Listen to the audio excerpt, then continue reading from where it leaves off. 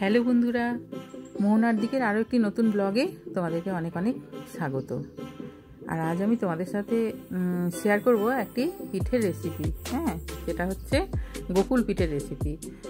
গোকুল পিঠে তো আমরা এমনিতে দুধ গোকুল পিঠেও বানাই, তো দুধে ছেড়ে। আর আজ আমি কিন্তু দুধে ছাড়ছি না, আজ আমি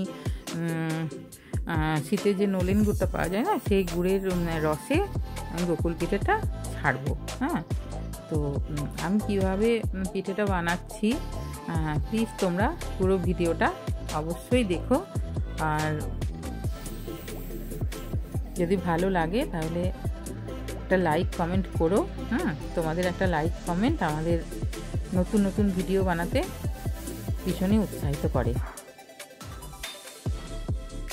আর এই গোকুল পিঠেটা কি বলতো, একটা আমি পুর বানিয়ে নিয়েছি, তো পুরটা আমি তোমাদের সাথে কিন্তু শেয়ার করতে পারিনি। আমি নারকেল, নলেন গুড় আর হচ্ছে খোয়া ক্ষীর দিয়ে পুরটা বানিয়েছি। আর এখানে খোয়া ক্ষীরটা কিন্তু লাগবে। তারপরে দেখো একটা বাটি নিয়েছি, তার মধ্যে হাফ বাটি ময়দা, হাফ বাটি চালের গুঁড়ি আর 4 চামচ, বড় চামচে 4 চামচ মতো এখানে আমি গুঁড়ো দুধ দিয়েছি। গুঁড়ো দুধ দিলে টেস্টটা ভালো হয়। তারপরে দিয়ে দিচ্ছি আন্দাজ মতো নুন একটু দিতেই হবে, তা না হলে পিঠের টেস্টটা আসবে না। তারপর এখানে দিয়ে দিয়েছি দেখো ঘি, বড় চামচের 1 চামচ দিয়ে এটাকে খুব ভালো করে মিশিয়ে নিতে হবে। আর ঘিটা এখানে দিলে কি হয় বলো তো, পিঠেগুলো বেশ মুচমুচে হয়। তো ঘিটা দিয়ে খুব ভালো করে শুকনো উপকরণগুলোকে মিশিয়ে নিয়েছি। তারপরে এখানে অল্প অল্প জল দিয়ে ব্যাটারটা বানাচ্ছি। এখানে কিন্তু ব্যাটারটা কিন্তু বানানোটা একটা ভীষণই ঠিকঠাক ব্যাটার বানানো কিন্তু এখানে ভীষণই জরুরি। কারণ কি, ব্যাটারটা যদি পাতলা হয়ে যায় না, তাহলে কি হবে বলো তো, পুরো মানে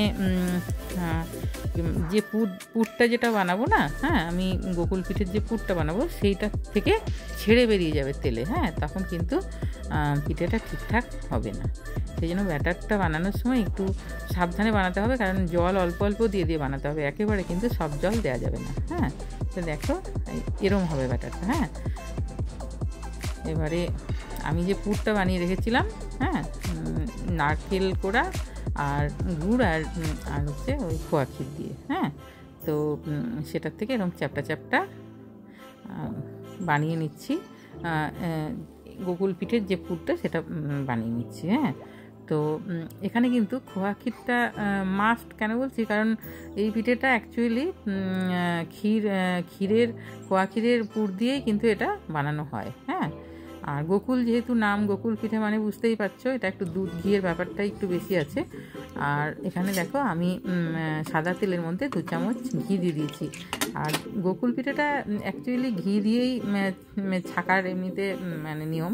তো যাই হোক, এখন অতটা ঘি দিইনি, আমি এখানে 2 চামচ ঘি দিয়েছি। দিয়ে তারপরে দেখো চামচে করে ওই এক একটা করে নিয়ে তারপরে ব্যাটারে ডুবিয়ে তারপর তেলের মধ্যে দিয়ে দিচ্ছি। আর ব্যাটারটা দেখো পারফেক্ট হয়েছে বলেই কিন্তু ব্যাটারটা ছড়িয়ে যাচ্ছে না। ব্যাটারটা কিন্তু নারকেলের পুরের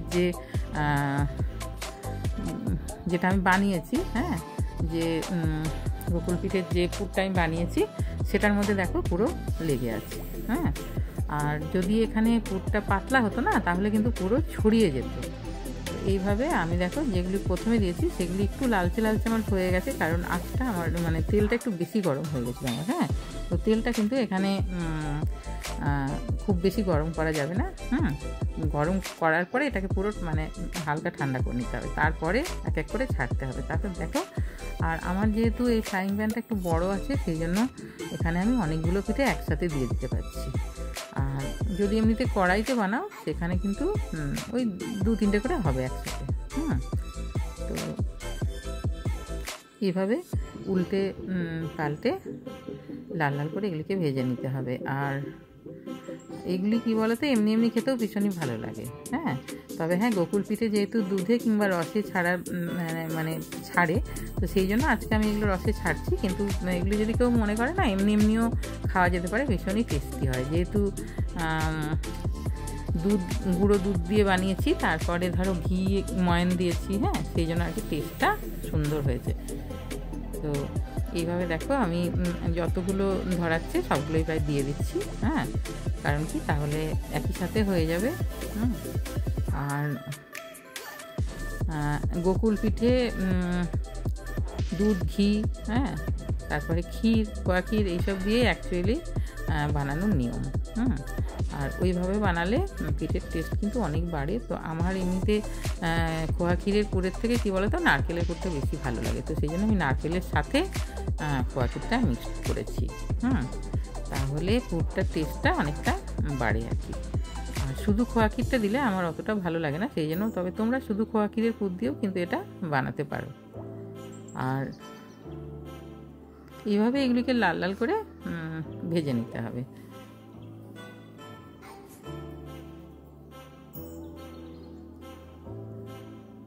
আর এই যে দেখো, প্রথমে যেগুলো দিয়েছিলাম সেগুলো আমার হয়ে গেছে। আর একটু একটুখানি ফেটে গেছিলো, সেটার পুরটা একটু বেরিয়ে গেছে। আর বাকিগুলো কিন্তু কিছু হয়নি, বাকিগুলো একদম ঠিকঠাক হয়েছে, পারফেক্ট হয়েছে। তো এইভাবে এগুলি সব লাল লাল করে এপিট ওপিট উল্টে পাল্টে ভেজে নিতে হবে। আর আঁচটা কিন্তু লো টু মিডিয়ামেই থাকবে, তা না হলে কিন্তু এগুলি পুড়ে যাওয়ার ভয় আছে। তারপরে দেখো, আমি এখানে নলেন গুড়ের রস করে নিয়েছি। এখানে পিঠে যেরকম যার হবে সে সেরকম রসটা বানাবে। তার সাথে খেজুর গুড় দিয়েছি আর একটু জল দিয়েছি, ছোটো বাটির হাফ বাটির মতো জল দিয়েছি, দিয়ে একটু রসটা ফুটে উঠেছে। তারপরে আমি দেখো দিয়ে দিচ্ছি পিঠেগুলো। আর পিঠেগুলো দিয়ে কিন্তু খুব বেশিক্ষণ রাখবো না আমি। ওই 2 মিনিট মতো একটু হাই হিটে ফুটিয়ে নিচ্ছি, কারণ এটা কিন্তু এখন কিন্তু আঁচটা আর কমানো যাবে না। আঁচটা কিন্তু এখন হাইতে দিয়ে এটা করে নিতে হবে, তারপর অফ করে দিতে হবে। তা না হলে এগুলো কিন্তু ভেঙে যেতে পারে। যেহেতু সফট আছে এখন, তো এবারে এগুলিকে আমি দেখো একটা সার্ভিং বোলের মধ্যে তুলে নিয়েছি। আর কি অপূর্ব দেখতে লাগছে, খেতেও সেরমই হয়েছে। তোমরা বাড়িতে বানিয়ে দেখো। আমি যেভাবে বানিয়েছি সেইভাবে ব্যাটারটা বানিও, তাহলে দেখবে এরকম পারফেক্ট হবে পিঠেটা। আর এটা তো মানে কি বলবো, বাচ্চারা তো ভীষণই পছন্দ করবে, আর বড়দেরও এটা ভীষণই ভালো লাগবে আর কি। আর দুধ গোকুলটাও আমি বানাই, তো দুধ গোকুলটাও আমি তোমাদের সাথে একদিন অবশ্যই শেয়ার করব, কিভাবে দুধ গোকুলটা আমি বানাই।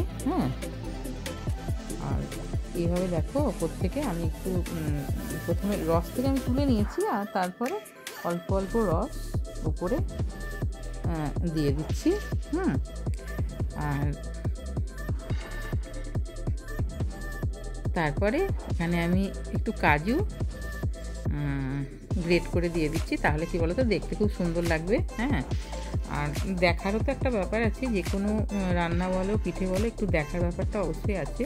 দেখতে ভালো হলে তখন দেখবে মানে সবই ঠিক আছে। এবারে যাই হোক, তো দেখতে ভালোটাও দরকার আছে। তো আমার রেসিপিটি যদি তোমাদের ভালো লাগে তাহলে অবশ্যই একটা লাইক দিও, আর কমেন্ট করো। আর আমার চ্যানেলে যদি নতুন বন্ধু হও তাহলে প্লিজ চ্যানেলটা সাবস্ক্রাইব করে দিও, আর পাশে থাকা বেল আইকনটা প্রেস করে দিও, যাতে নতুন নতুন ভিডিও দিলে তোমরা খুব সহজেই নোটিফিকেশানটা পেয়ে যাও। আর বাড়িতে অবশ্যই তোমরা বানিও এটা, বাড়ির সবাইকে খাইও। আর সবাই খুব ভালো থাকবে।